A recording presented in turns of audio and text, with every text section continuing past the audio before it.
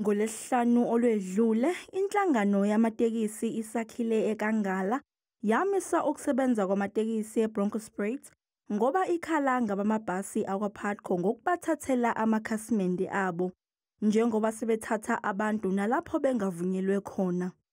Sigcine sizithola singanamsebenzi ngoba manje ahamba amakonke lana nala kunganama-bus stop khona, even nalana taxi rank ayama apick up abantu.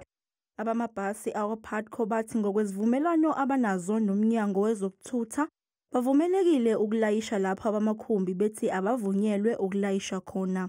From the monitoring firm that checks our buses from every route every day, they say that we are still operating within the confines of this particular contract. Okunye okuyinselelo kwabamakhumbi ukuthi abamabhasi bathola uxhaso kuhulumeni nokugcina sekwenza abagibeli bekhokhe imali encane emabhasini.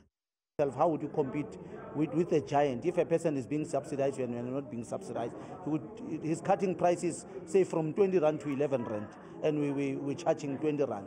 And it seems as if, because it's an unfair competition. When we are subsidized, we're able to give the commuter lower prices. But at the end of the day, you find that taxis are not able to do that. And it speaks to the unregulated taxi industry, which I'm not going to get into. But certainly from our side, we are now being told that our prices are too low. And from our side, we are able then to respond again to say it goes back to the Department of Transport. Abamakhumbi, amabhasi akwa-PUTCO kanye nezinhlaka ezithintekayo bazophinde behlangane emva kwezinsuku ezingama-21 ukuzobhunga ngenqubekela phambili.